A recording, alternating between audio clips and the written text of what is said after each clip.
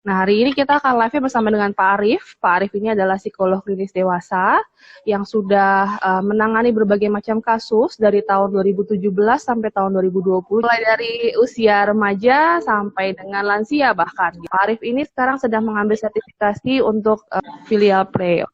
Pak Arif ini sudah melalang buana untuk menangani berbagai macam kasus, mulai dari fobia mengenai relasi sosial, kepribadian, pengembangan diri, grieving, bullying, tentunya remaja berkebutuhan khusus. Nah, Pak Arif, sebenarnya spesifik fobia itu apa ya, Pak ya? Mungkin bisa dijelaskan dulu. Kalau untuk spesifik fobia sendiri, di sini konsepnya adalah perasaan cemas yang berlebihan terhadap objek atau situasi tertentu. Untuk objeknya itu bisa bermacam-macam, mulai dari hewan seperti anjing, serangga, atau burung. Kemudian juga bisa berupa lingkungan fisik, seperti ketinggian, ada yang takut dengan badai, air. Juga ada blood injection, itu biasanya takutnya dengan darah, jarum suntik, dan termasuk prosedur-prosedur medis. Juga ada di sini yang sifatnya situational. Biasanya orang yang takut dengan pesawat terbang, untuk bepergian ke tempat yang ramai, di ruang tertutup, bahkan itu juga ada. Rasa takut ini dia sekitar 6 bulan minimal berlangsungnya. Kemudian perasaan cemas yang dialami itu juga bisa sampai mengganggu relasi sosial kita, kemudian prestasi, bahkan pekerjaan kita itu juga bisa terpengaruh. Nah, ini tadi kan ada macam-macam nih ya. Fobianya ini ada. Kira-kira tuh penyebabnya apa ya Pak kalau seseorang ini bisa sampai fobia akan sesuatu? Kalau secara umum di sini kita bisa bicara dari segi genetiknya dulu ya. Masalah keturunan itu lebih ke ranah kedokteran sebetulnya. Jadi misalnya anggota keluarga kita ada yang fobia dengan laba-laba, terus kita juga fobia juga laba-laba sama. Ada juga yang jenisnya mungkin berbeda. Ada yang tadinya misalnya omanya fobianya dengan kupu-kupu, anaknya fobianya dengan kecoa. Bisa. Lalu ada juga kalau melihat orang lain terluka ataupun disakiti dengan objek-objek tersebut, itu bisa. Misalnya saya bertemu Bu Tasya saat Bu Tasya digigit anjing, saya jadinya fobia anjing. Ada kasusnya. Kemudian juga ada pengalaman yang tidak menyenangkan langsung dialami. Misalnya ikut flying fox, ujung-ujungnya jadi fobia ketinggian. Atau melihat dari atas ya, dari lantai 3 atau lantai 7 bahkan melihat ke bawah jadi takut tinggi. Ada juga penyampaian informasi yang keliru. Ini biasanya terjadinya di kasus-kasus yang anak-anak ya. Biasanya orang tua bilangnya, awas tuh ada anjing nanti kamu digigit. Anjing tuh bahaya loh. Aduh itu kucing kukunya tajam, mendingan kamu jauh-jauh deh. Bisa. Nah, kira-kira kalau bicara penyebab seperti ini, tema-tema umumnya ya, individu itu bisa merasa terganggu kalau terus-menerus dihadapkan dengan situasi atau objek yang menyebabkan fobia. Takutnya dengan anjing, tiap hari ketemunya sama anjing gitu. Ujung-ujungnya dia merasa semakin terganggu, fobianya pun bisa semakin kuat. Bahkan dalam beberapa kasus, objek fobia ini bisa bertambah. Tadinya takutnya anjing, semakin lama dia mulai takut kucing, takut burung, lama-lama meluas, akhirnya jadinya fobia bulu. Fobia bulu itu ibaratnya kulitnya, tapi sebenarnya dia takutnya dengan anjing. Ada yang seperti itu. Kemudian dalam beberapa kasus, di sini spesifik fobia juga bisa disertai serangan panik dan mungkin mengganggu individu untuk melakukan tindakan yang efektif mengatasi kecemasannya. Seperti misalkan dia takut untuk pergi ke psikolog atau ke psikiater karena khawatir akan dihadapkan dengan objek ketakutannya. Makanya di sini dia juga perlu membina relasi yang bagus gitu dengan psikolognya. Kemudian dia juga mendapatkan asupan informasi yang juga bermanfaat untuk dia, bukan memperkuat fobianya. Penanganan untuk spesifik fobia sendiri ini sebenarnya kayak gimana sih Pak caranya Pak? Kalau bicara penanganan di sini sebenarnya ada banyak ya. Tetapi kalau untuk yang paling dasar di sini kita lebih ke relaksasi konsepnya. Kita berfokus pada nafas kita tarik nafas pelan-pelan, buang pelan-pelan. Terus seperti itu sampai situasinya menjadi lebih tenang, situasi perasaannya. Ada juga yang fokusnya ke sensasi fisik. Biasanya saya tanya dulu, kamu misalnya lagi lihat kucing nih, kamu tegangnya di bagian mana? Oh, saya tegangnya misalnya di bagian ini ya, di belakang leher. Biasanya tuh belakang leher, pundak. Kemudian ada beberapa jenis fobia juga dia bisa sampai mual, ada yang pusing waktu lihat darah misalnya. Itu macam-macam, makanya kita perlu cek dulu dia reaksinya seperti apa. baru ditentukan relaksasi mana yang akan kita gunakan. Ini kita bisa langsung menghadapkan orangnya dengan objek kecemasan. Ada caranya yang langsung dihadapkan, ada juga yang kita lewat imajinasi dulu, simulasi dulu, atau bisa juga kita menggunakan media-media seni. Nah, kebetulan ini saya ada siapkan contohnya ya, saya tunjukin aja. Iya, boleh Pak. Nah, kelihatan ya? Oh iya, kucing ya? Nah, iya, ini kucing. Ini dibuatnya dari pensil warna ya. Jadi kalau di sini kan kita bisa lihat ya, ini bulu-bulunya. Kita coba pegang, kita coba rasakan. Nah, untuk orang yang fobia, lukisan seperti ini aja sudah mulai bisa menimbulkan kecemasan, walaupun kadarnya masih sedikit. Yang namanya juga latihan, kita cobanya dari yang paling sedikit dulu kecemasannya. Kita bisa menghubungkan kecemasan ini dengan aktivitas-aktivitas yang menyenangkan. Misalnya mencipratkan cat poster ke kertas. Itu biasanya, ini pernah saya gunakan untuk yang fobianya ke darah. Jadi hasilnya seperti ini kira-kira. Oke, seperti bercak darah jatuhnya ya? Iya. Jadi di sini memang saya belum sebut ini untuk coba kamu bayangkan ini sebagai darah gitu, memang belum ya. Jadi di sini dia lebih memilih cat apa aja sih yang dia mau. Misalnya maunya warna merah ya silakan, mau warna hijau silakan. Kurang lebih kalau saya coba buat kayak begini ya contohnya. Kemudian ada juga di sini kita mengevaluasi keyakinan terkait fobia. Contohnya takut untuk masuk ke lift, asumsinya saya tidak akan bisa naik lift. Nah, itu nanti keyakinan yang akan kita coba evaluasi bersama. Benar atau enggak? Faktanya di mana yang mengatakan kamu tidak bisa naik? Kenapa ya bahwa orang penderita spesifik fobia ini tuh perlu untuk dipahami, perlu untuk dimengerti gitu oleh orang-orang sekitarnya? Kita ambil contoh fobianya fobia tinggi. Nah, di situ kan ada pembatasnya, kamu tuh nggak mungkin jatuh. Masa begitu aja kamu udah takut sih? Oh, maaf, di sini kasusnya tuh saya cemas terhadap ketinggian. Makanya saya mau ada batasan atau tidak, itu sebenarnya tidak terlalu pengaruh karena cemas. Cemasnya ini yang harus kita pahami justru. Karena itu kita perlu untuk memahami kondisi orang fobia ini dengan tepat. Jadi tidak asal sebut, oh dia takutnya sama ketinggian. Ya udah latihan aja berhadapan dengan ketinggian. Ada prosedurnya dulu. Ibaratnya naik sepeda kan kita juga ini ya, belajarnya dari sepeda roda 3 dulu, nggak langsung roda 2, apalagi roda 1. Kurang lebih sama seperti itu. Karena ini berupa keterampilan yang perlu dipelajari untuk mengatasi kecemasan. Lalu yang kedua, dukungan dari orang-orang di sekitar kita itu bisa menumbuhkan motivasi untuk mengikuti penanganan fobia. Entah dia bisa ke psikiater, entah dia bisa ke psikolog, atau bertemu dengan sesama spesifik fobia yang sudah berhasil mengatasi kecemasannya. Nah, itu kan social supportnya jadi lebih bagus kalau dia bisa sampai ke level itu. Ada juga di sini individu memerlukan seseorang yang benar-benar bisa memahami dan memberikan rasa aman. Ya, ibaratnya kita berteman, kita juga pilih teman yang bisa saling membantu, gitulah kira-kira. Jadi bukan mencari teman yang justru menakut-nakuti kita setiap hari. Dulu ada kasus pernah itu anaknya perempuan SMA, kemudian temannya masukkan cicak ke dalam botol, dilempar-lempar ke arah dia. Ujung-ujungnya anak ini teriak-teriak, lari-lari, malah itu jadi bahan bulian.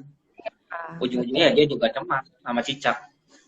Jadi siapa saja sih Pak kira-kira yang wajib memberikan dukungan selain psikolog, psikiater itu kan memang untuk treatment ya. Tapi kalau selain mereka itu siapa lagi Pak yang bisa untuk memberikan dukungan pada para penderita ini?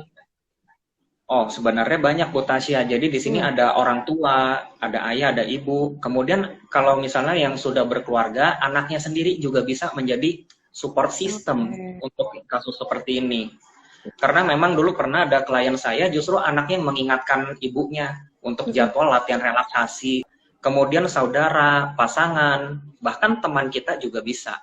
Semakin banyak yang support, semakin baik juga, makin cepat juga ya Pak pulihnya ya. Gitu. Yeah. Oke, kita yang orang awam ini yang berteman atau yang punya teman nih, orang yang mengalami fobia, kira-kira apa yang bisa kita lakukan gitu untuk berteman dengan mereka tapi dengan cara yang positif? Kita bisa bagi menjadi 3 bagian yang besar. Yang pertama itu untuk dukungan yang secara emosional dulu. Kita bisa mendengarkan secara empatik. Kita tidak memberikan penilaian. Misalnya saya cerita ke Bu Tasya, Bu, ini saya takut loh sama laba-laba, itu kalau lihat tuh kakinya, aduh Bu, nggak tahan Bu. Itu bulu-bulunya, terus ngerangkaknya kayak begitu, aduh saya nggak bisa Bu. Nah, biasanya kalau kita cerita seperti itu kan orang bilangnya, ah gitu aja jijik. Nah, bukan respon itu yang kita harapkan. Kita cukup mendengarkan, kemudian, oh jadi kamu ngerasa jijik sama laba-laba. Yang bikin kamu jijik itu ininya ya, kakinya, bulu-bulunya, atau apa. Kita bisa tanya. Jadi orangnya merasa dimengerti, merasa dipahami, jadi dia mau terbuka kepada kita kalau ada apa-apa. Itu pertama.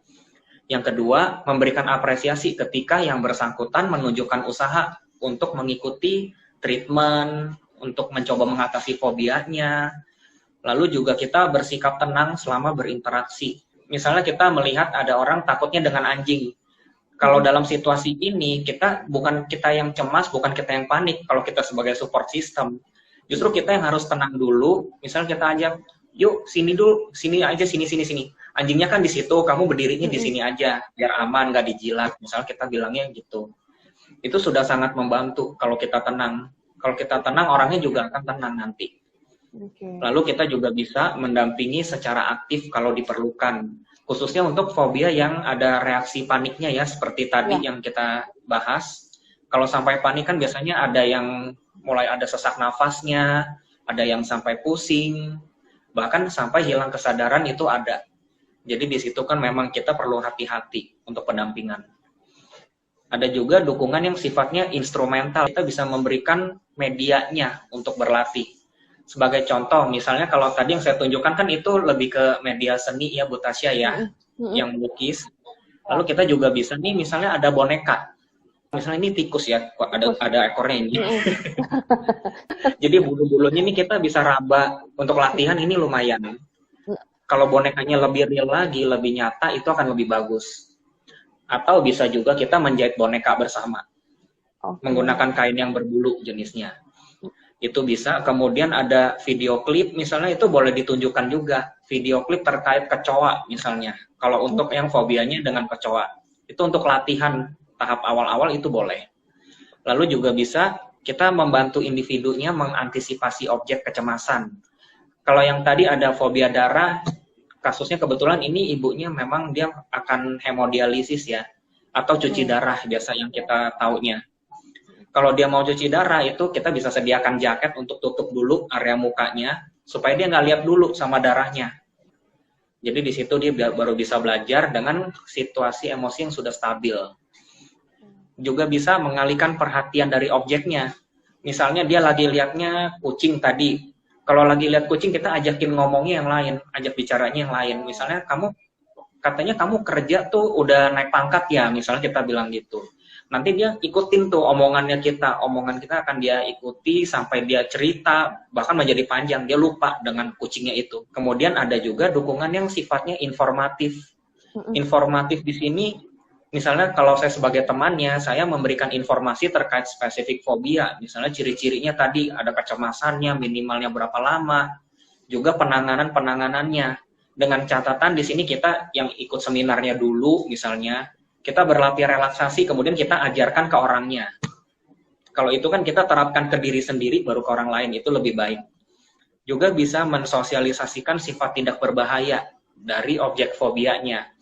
Takutnya dengan anjing, karena dijilat-jilat misalnya, atau digigit.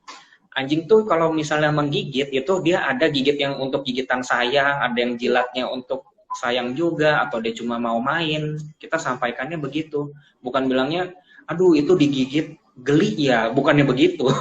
Lalu kita bisa menyampaikan informasi terkait profesional kesehatan mental yang bisa menangani spesifik fobia. Kamu bisa ke Bu Tasya misalnya, bisa ke Pak Arif, macam-macam. Jadi dikasih peluangnya supaya dia bisa treatment.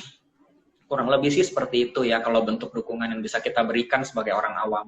Bisa sharing nggak? Misalkan Pak Aris sama ini kan menangani kasus-kasus yang beragam banget nih fobianya ya.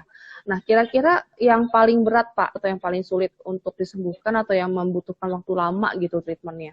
Kalau waktu itu sih dia lebih kebutuhannya itu harus lebih cepat.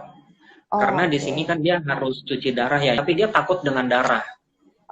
Padahal dia setiap hari itu harus melihat mesin cuci darahnya, bahkan ada yang transfusi darah, macam-macam. Justru perawat-perawatnya yang menakut-nakuti dia. Ada kantung diisi dengan cairan, dibilangnya darah. dilempar-lempar, akhirnya dia makin lama makin takut. Itu butuh berapa lama Pak yang waktu itu dia treatmentnya Pak? Kalau waktu itu sih sekitar 7 sesi ya. Kebetulan ini kliennya kooperatif juga. Jadi ini klien yang tadi saya ceritakan, dia memang ada jadwal latihan relaksasinya di rumah, anaknya yang bantu dia untuk mengingatkan. Kemudian kalau ada tetangga yang ibaratnya lagi ramai ya, berisik gitu, itu bisa disuruh diam dulu sama anaknya. Suaminya juga support. Jadi memang kliennya ini kooperatif sekali. Jadi setiap sesi dia juga rajin datang, dia latihan. Sampai akhirnya dia nggak takut lagi sama darah. Kira-kira kapan harus ke psikolog atau ke psikiater? Kapan kita bisa men-treatment sendiri? Jadi kalau untuk kasus spesifik fobia, biasanya kita bisa lihatnya kalau dari sudut pandang klien ya, ini tuh seberapa mengganggu. Kalau dia masih bisa mengatasi ya oke, kenapa tidak? Tapi kalau sampai dia mulai kewalahan, apalagi misalnya dia fobianya jarum suntik, fobia jarum suntik, tapi dia harus suntik insulin misalnya, ada diabetes. Nah, kalau itu kan bisa dipersepsikan, aduh ini mengganggu sekali. Nah, kategorinya tuh kita bisa lihat ini mengganggu atau tidak, itu pertama. Kemudian ini perasaan cemasnya sudah sangat intens, berlangsungnya sudah berapa lama. Nah, kalau untuk yakin, lebih baik ke psikolog atau ke psikiater daripada kita mendiagnosis diri sendiri. Itu belum tentu tepat. Jangan-jangan kalau saya bilang, saya ini fobianya sama debu, padahal sebenarnya saya cuma nggak suka kotor. Nah, kalau untuk usia Pak, kira-kira apakah semakin usianya semakin bertambah gitu ya, saya semakin dewasa, semakin tua itu lebih sulit atau malah lebih mudah Pak untuk ditreatment? Itu tergantung ke kepribadian individunya juga. Jadi kalau di sini mau kliennya remaja, dewasa atau mungkin lansia, kalau orangnya pada dasarnya memang kooperatif, dia terbuka, ada niat untuk belajar ya, itu bisa cepat. Apalagi support sistemnya bagus, kemungkinan dia untuk progres itu akan lebih mudah, akan lebih cepat. Berbeda dengan klien yang memang kalau kita sudah ajarkan, kita tanya di sesi berikutnya, kamu sudah latihan atau belum? Aduh, saya lupa, soalnya banyak tugas. Baiklah, PR, kemudian jadwal pertemuannya, janjinya ketemunya jam 2 siang, datangnya jam 4 misalnya. Klien yang memang usianya di atas, itu biasanya fobianya kan sudah bertahan dari dia masih usia dini ya. Dari usia dini kalau belum ditangani, itu kemungkinan fobianya akan semakin kuat begitu dia usianya bertambah. Dan itu akan lebih kompleks untuk ditangani. Pak, ini ada pertanyaan nih dari Bu Ayu Gardianti nih. Saya takut kucing, tapi menurut saya nggak urgensi untuk disembuhkan ya. Apa semua fobia pada manusia memang harus disembuhkan atau gimana? Tapi ya paling dia, Bu Ayu jadinya nggak bisa makan kaki lima ya. Karena kaki lima biasanya banyak kucing lewat tuh di bawah tuh Pak. Kalau ini sebenarnya tergantung dari pihak kliennya juga gitu ya, seberapa urgentnya tadi. Kalau misalnya dia makan di kaki lima masih belum bisa, itu bisa makan di tempat lain, masih bisa menghindar ya masih nggak apa-apa. Tapi kalau seperti klien saya dulu, dia tinggalnya di kos, dan setiap di kos dia harus bertemu dengan kucing sebelum masuk. Harus bertemu dengan kucing, tetangganya pelihara kucing, kemudian dia di kaki lima ketemunya kucing lagi, berlipat ganda kucingnya ya. Kalau seperti itu kan itu dia lebih urgent, makanya dia mencari bantuan untuk mengatasi fobia kucingnya.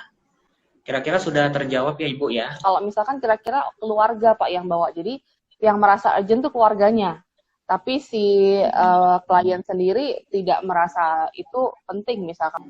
Kalau itu biasanya kalau dia bukan karena keinginan dia, itu kita perlu pendekatannya lebih lama lagi.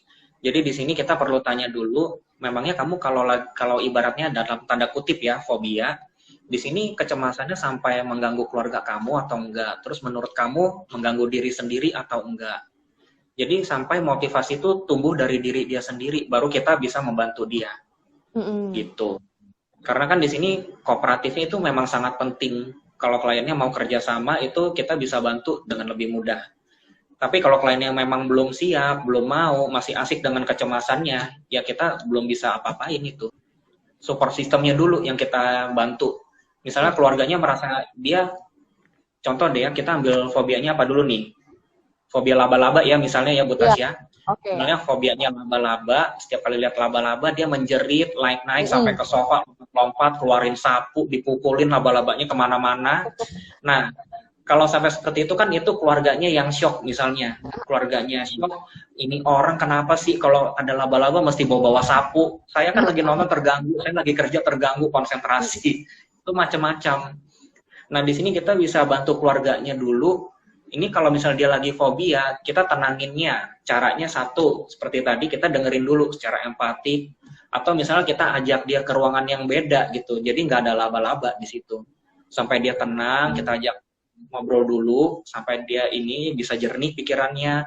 Baru kita kasih feedback. Seperti itu sih. Drama Korea yang terakhir nih, yang terbaru nih kan tentang butterfly hug tuh loh Pak. Yang begini itu, yang menenangkan diri begitu, itu bisa dipakai juga Kak Pak untuk menenangkan saat fobianya kambuh atau ketemu dengan objek fobianya itu Pak. Kalau itu sih tergantung orangnya ya. Kalau orangnya memang dia nyaman dengan cara seperti itu ya silakan, itu nggak apa-apa. Ada juga orang yang lebih nyaman kalau dia pegang sesuatu, misalnya kalau dia takut entah pegangnya dia punya tali ransel tasnya atau masukin tangan ke kantong atau dia bola karet macam-macam atau dia bernapas sudah cukup. Jadi itu tergantung tipe orangnya, dia lebih cocoknya dengan media yang mana untuk mengurangi kecemasan. Anak saya 4 tahun, sekarang sudah mulai takut gelap nih. Sepertinya karena kecolongan nonton film horor di luar pengawasan saya. Ada tips nggak untuk menguranginya? Belum makin parah. Nah, nomor satu di sini perlu saya apresiasi dulu karena ibunya ini peka sekali. Ini anaknya 4 tahun, nontonnya film horor, ini mamanya sampai tahu loh penyebabnya kira-kira apa. Yeah. Soalnya ini sangat membantu sekali kalau misalnya sedang mengikuti penanganan psikologis dan orang tuanya sudah sadar masalahnya datang dari mana. Itu perlu diapresiasi dulu. Jadi kalau untuk anak-anak memang ini film horor bisa menimbulkan rasa takut. Misalnya dulu ada lagi trennya itu ya, film Chucky ya. Lagi film Chucky itu adegannya kan memang serem sekali gitu, ada pisau, ada darah. Anak-anak tuh sampai bisa dia mau tidur minta ditemanin dulu, mau ke toilet gelap-gelap minta ditemani juga. Nah, kalau untuk yang usia 4 tahun ini sebenarnya kan rasa takutnya itu masih kita bisa bilang ini belum permanen. Masih bisa berubah-ubah takutnya. Dia kalau takutnya dengan horor, biasanya kita tenangkan, dia sudah tidak takut, itu kemungkinan dia akan bisa menghadapi lagi. Jadi di sini kalau untuk fobia 7-10 tahun itu rasa takut ada yang menetap, konsisten, itu baru kita coba cek dulu, ini benar fobia atau bukan. Kalau di bawah itu biasanya rasa takutnya masih berpindah-pindah. Ya. Ada yang takutnya horor tadi, kemudian dia nanti takutnya dengan objek alien, itu ada yang alien, kemudian ada juga yang takutnya dengan hewan, masih bisa pindah-pindah. Kemudian tontonan juga bisa dibatasi, daripada nonton film horor, mendingan kamu nonton Hello Kitty. Itu misalnya. Macam-macam. Ada tontonan-tontonan tuh yang lebih cocok untuk anak-anak daripada film horor. Jangankan anak-anak, kita nonton film horor kita juga bisa takut.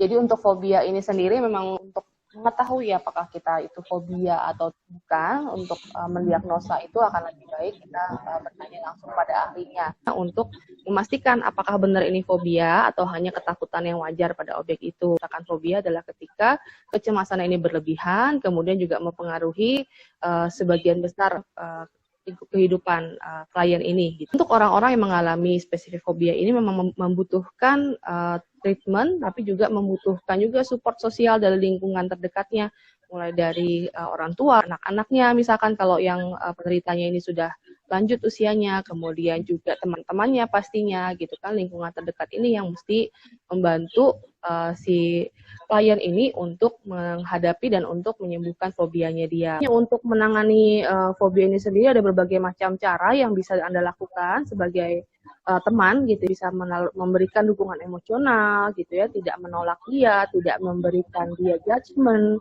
bahwa begitu doang takut gitu ya, bukan itu yang harus Anda berikan, tapi memberikan dukungan, membantu ia untuk menyembuhkan dan menurunkan kecemasannya ketika berhadapan dengan objek fobianya dia.